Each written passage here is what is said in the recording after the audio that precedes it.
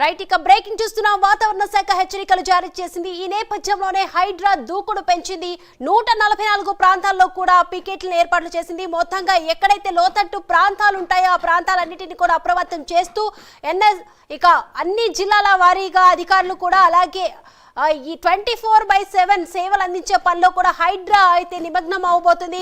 క్యాచ్మేట్ కల్వర్టుల్లో కూడా చెత్తను తొలగిస్తూ కూడా హైడ్రా ముందుకు పోతుంది. ఇక ఎక్కడైతే లోతట్టు ప్రాంతాలైతే ముంచెత్తే విషయాల్లో కూడా వరద ప్రవాహం ఎక్కువగా ఉందో ఆ ప్రాంతాల్లో కూడా హైడ్రా కూడా బృందాలను ఏర్పాట్లు చేసి వాటిని పరిరక్షించే పనిలో కూడా హైడ్రా ముందుకు వెళ్తుంది. ఈ అంశానికి సంబంధించి మరిన్ని అప్డేట్స్ అందించడానికి మా ప్రతినిధి లిఖిత సిద్ధంగా ఉన్నారు. లిఖిత.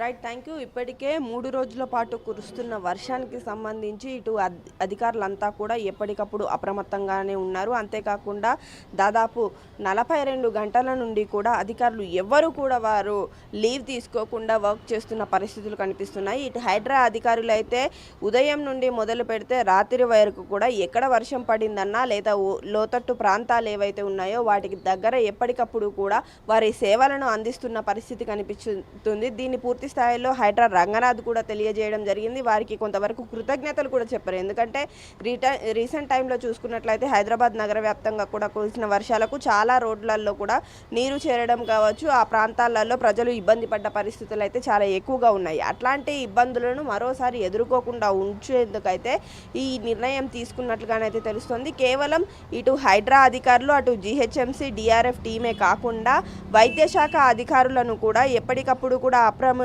చేస్తూ అంతేకాకుండా వారికి కూడా పూర్తి స్థాయిలో నియమాలు కూడా పెట్టడం జరిగింది. వారు కూడా ఎవరికి లీవ్స్ తీసుకోకపోవడం, లీవ్ ఇవ్వకుండా, ఎందుకంటే ఈ యొక్క వర్షపాతానికి కొన్ని అనుకోని ప్రమాదాలు జరిగినా కానీ లేదా ఈ వర్షం కారణంగా చాలా వరకు వైరస్లు ఎక్కువగా వస్తూ ఉంటాయి. మలేరియా, డెంగ్యూ లాంటి జ్వరాలు ఎక్కువ శాతంగా వస్తూ ఉంటాయి. సో కాబట్టి అట్లాంటి టైంలో ఈ ఓపీలు ప్రభుత్వ హాస్పిటల్స్ ఏవైతే ఉంటాయో వాటిలో ఓపీ సంఖ్య అనేది పెరిగే అవకాశం ఉండడంతో ఎప్పటికప్పుడు కూడా వైద్య శాఖ అధికారులు ఇటు అంటే వైద్యులు ఎవరైతే ఉంటారో వారంతా కూడా ఎప్పటికప్పుడు ప్రజలకు అందుబాటులో ఉండే విధంగానైతే చూసుకుంటున్నట్లుగానైతే తెలుస్తుంది. దీనికి తగ్గట్టుగానే ఇప్పటికే అన్ని ఏర్పాట్లను కూడా చేసింది ప్రభుత్వం. ఇటు తెలంగాణ ప్రభుత్వానికి సంబంధించి కూడా పూర్తి స్థాయిలో అధికారులకు ఎప్పటికప్పుడు సీఎం రేవంత్ రెడ్డి కూడా ఆయన సూచనలు జారీ చేయడం కావచ్చు, దానికి తగ్గట్టుగానే అన్ని ఏర్పాట్లు చేయడం కావచ్చు.